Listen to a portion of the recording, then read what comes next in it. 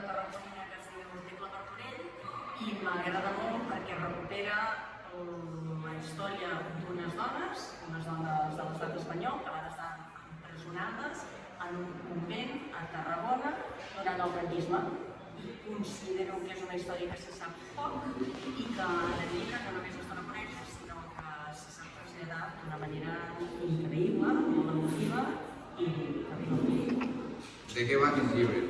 Doncs això, d'aquestes dones, en concret es recupera el cas de 4 d'aquestes dones que van morir allí, a aquesta presó, i també una altra dona, que és una de les poques dones que va ser afusellada durant el franquisme, que és l'Elisa Narbona, una noia, perquè tenia 20 i pocs anys, de dues aigües. De quin autor és aquest llibre?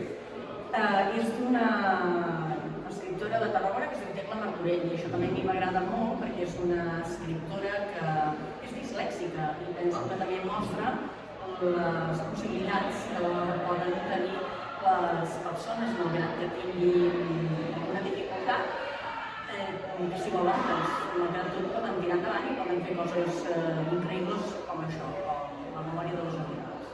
Prefereixes llegir en format paper o en digital i per què?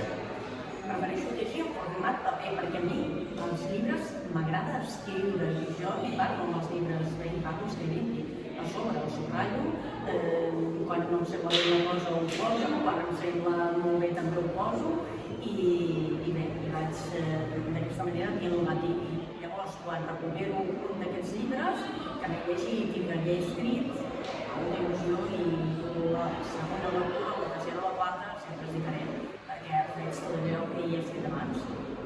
Quin gènere literari és el teu preferit? La narrativa, tot i que també m'agrada molt llegir poesia i teatre més que res sense llegir-ho, m'agrada molt. Moltes gràcies pel teu temps. A vosaltres.